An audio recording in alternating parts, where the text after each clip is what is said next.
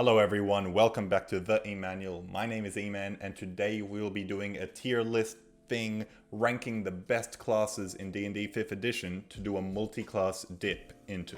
A multi-class dip is when you take a few levels into another class to gain some important abilities that'll help your current build. It's not an all-out multi-class build, it's just dipping into it to grab a few specific things. In this case, it'll be a first level multi-class dip, meaning that we get to keep saving throws and weapon proficiencies and such. So I will be ranking all of the classes based on how good of a first level multi-class dip they would make. To help me rank all of these classes, I made a list of criteria for which I am judging them. The list is as follows: stat prerequisites, class abilities, weapon and armor proficiencies, saving throws, spell slot progression, hit dice, subclass features, the primary stat they use, and how widely their abilities can be used for all classes. This is a general multi-class dip ranking, not a specific one. So without any further ado, let's get into it, starting with A for Artificer. So Artificers are interesting because they are really good for a wizard multi-class, but not much else, because they focus on intelligence, and very few classes and subclasses focus on intelligence in 5e. They have the very powerful Constitution saving throw, as well as light and medium armor and access to shields, which makes them a pretty good dip for most spellcasters, but you know, cause of the intelligence things, it's only really good for wizards, so I'm gonna have to bump them down a few levels for that. It's worth noting that they are considered a half caster, same with a Paladin and a Ranger, so when you get levels in this, your spell slot progression is halved, but with an Artificer, it's halved rounded up, and with the other two, it's halved rounded down. So they are better spellcasters for multi-classing than a Ranger and a Paladin. And finally, you need to get to level 3 to get their subclass, which is very common, but it is also as late as it gets and is kinda not really worth it as a free level dip. So overall, I'm probably feeling a C for Artificer. Like I said, they have the really important Constitution saving throws, which are used for concentration. Can't dock them for that. They also have pretty good armor, but intelligence is just not that good. Yep, I'm happy with that. Next up, we have Barbarians, the class with the best hit dice in all of 5th edition with a D12, which is gonna get them some good points, because this is a first level dip, meaning that they will have 12 plus Constitution starting health, which would be double that of a wizard, so huge. At first level, Barbarians get Rage, which is their core class feature, and very few classes come online so fast. It's like instantly, you have Rage, you do what the Barbarian does best at level 1. It gives us access to light and medium armor as well as shields. It also gives us access to all weapons, simple and martial, and Constitution saving throws again, which is very helpful for spellcasters as I touched on before. Barbarians are a pretty solid multi-class. I think I'm going to have to give them an A. I'm feeling an A because all weapons, pretty good. Great hit dice for the first level, that's huge. And Constitution checks, yep, that's gonna do it. A. Just as a side note, they may be bumped down later depending on how I feel, because strength is a prerequisite to multi-class into them, and strength is pretty useless in 5th edition unless you're a melee fighter. And next up we have Bard, the charisma caster that should actually be a charisma caster. Bards instantly get points for being a charisma caster, the most common type of spellcasting ability. They are a full caster, which means that you won't lose any points by multi-classing into them as you're leveling up your spells. They have access to dexterity and charisma saving throws. Dexterity is actually fairly helpful for avoiding damage, but charisma is pretty whatever. I think wisdom saves are personally better in my opinion. The Bard doesn't actually have that many level 1 features. It has inspiration, which is very nice, but it doesn't have jack of all trades or expertise yet. So all in all, I don't know, they're pretty good, but not the best. I'm feeling a B. I think the Barbarian is significantly better than the Bard as a multi-class dip for at least one level. Next up, we have Clerics, the absolute godsend of all multi-classing options. Get it? Because like God sent them to like give them powers. Clerics have access to light and medium armor as well as simple weapons, which is very good for a full caster. They also have access to wisdom and charisma saving throws, which aren't very good, but better than intelligence, so I'll give them a bit of points for that. They are a wisdom caster, which is the second best type of caster to be, behind charisma of course.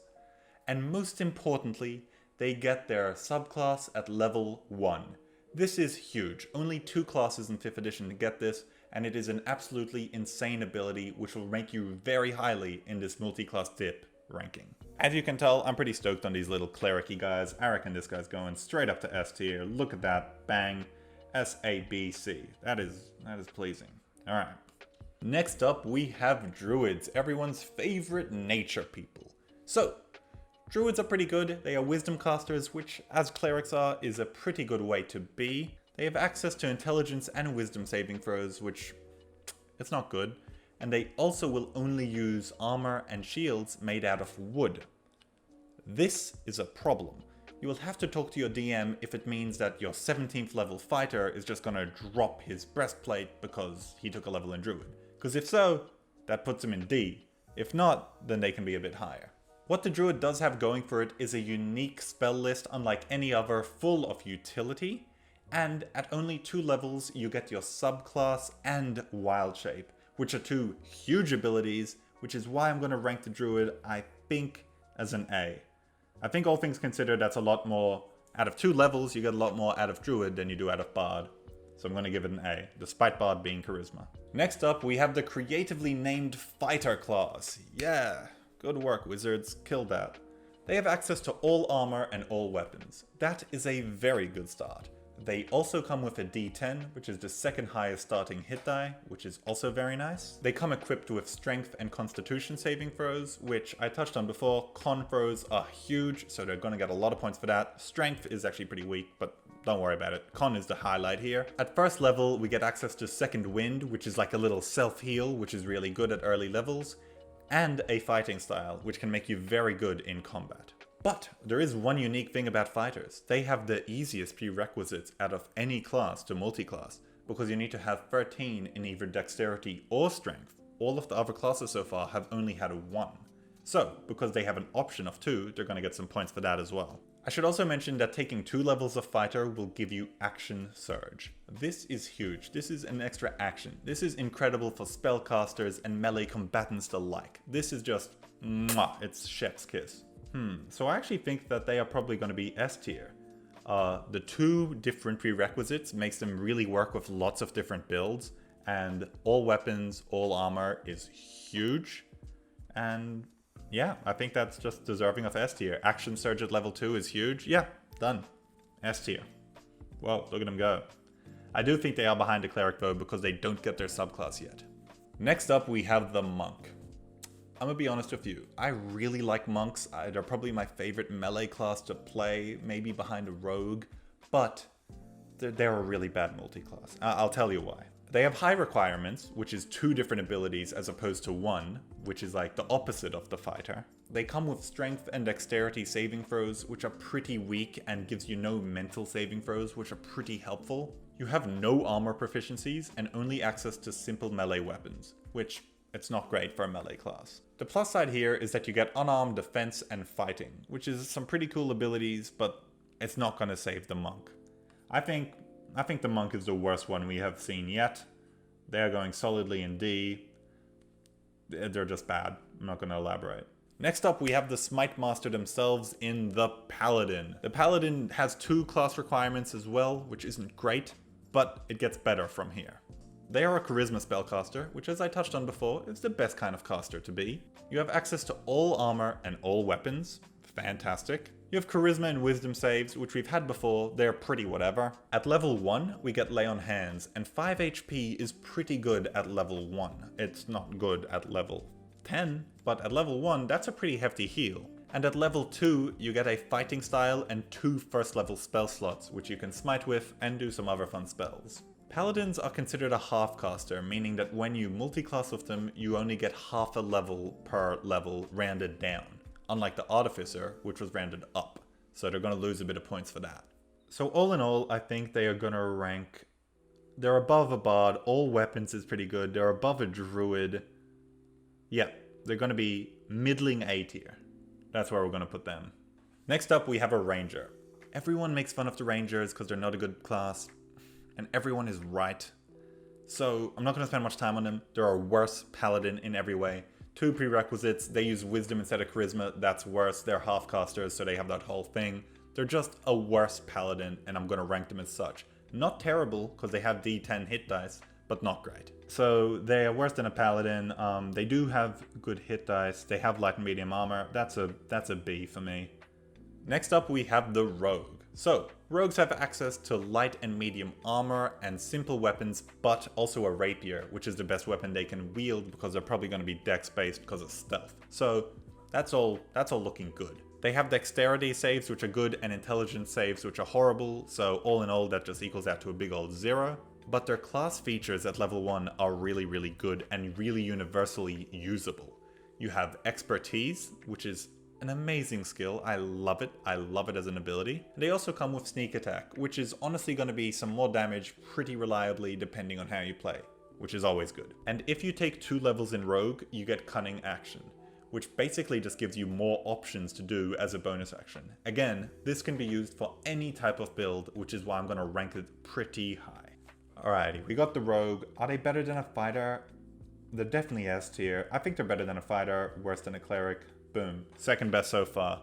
Next up, we have the Sorcerer. Now, the Sorcerer is interesting because it probably has the best saving throws out of any full caster with the Constitution saving throw one. It also has Charisma, but they all have Charisma, it's fine. But its D6 hit dice and fairly weak first level Sorcerer abilities just leaves me wanting a bit more. It's very close to being a top tier one, but it just doesn't quite make it, unfortunately. It also comes with no armor proficiencies and very bad weapons, so all in all, it's not great, it's not good, but it's not terrible. I think they're a solid B, probably B behind the Ranger. I think that's fair. Next up we have the Warlock, and I think we should start with the most important and interesting thing about the Warlock, its first level subclass. This is huge. Only the Cleric and the Warlock get this, and it makes them so damn good for multi-class dips. Especially the Hexblade Warlock. Ridiculously OP for 1 level investment, just insane.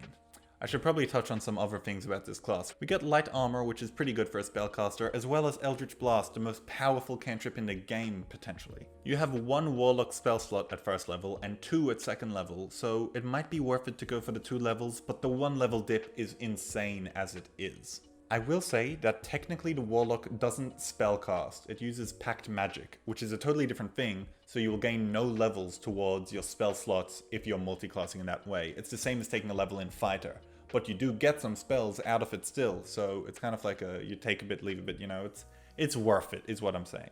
Especially for the Hexblade. And as you can tell from my ranting, this guy, they're absolutely going S tier straight away, and they are ahead of the Cleric because Charisma is better than Wisdom in this game. Only slightly, but it's used by more classes, so it's more helpful, and the first level subclasses I think are a touch better because of how good the Hexblade Warlock is. And last but not least, we have the Wizard, because I'm not doing the Blood Hunter because I've personally never played one and I've never built with one, and I don't know anyone at any table that I've played with has played one. Nothing against the class, they're just not very popular, so I'm not going to touch on them, but they're on this list for some reason, so just pretend it's not there. Anyway, the Wizard comes with Intelligence and Wisdom saving throws, which is pretty bad because Intelligence is a bad saving throw. They come with a D6, the weakest hit die, and you get no armor proficiencies and even worse weapons than the Sorcerer by default. Can you tell that I don't love Wizards as a multi-class dip? If you're gonna do it, you can't do it for 1 level, it is insanity to do. But 2 levels you get their subclasses, and some of their subclass features are actually very powerful, such as the Chronergy one or the Divination one, and a few of the other ones are very, very powerful as well. So if you're doing that, then it's worth talking about, but just as is, a 1 level dip is it's just not very good. I will say that it's definitely above a Monk. I think it might actually be a C level. Is it worse or better than the Artificer? Artificer does have the Constitution. Yeah, it's gonna have to be slightly worse than the Artificer, but solidly in C, because Intelligence, like the Artificer, they're only good for each other, those two. They're like star-crossed lovers, but no one else really likes them. And that'll about cover this video. Thank you so much for watching, and please let me know if you want to see more tier lists in the future and what tier lists you want me to do, because I'm very open to doing any topic you guys choose. See you guys next time. Bye!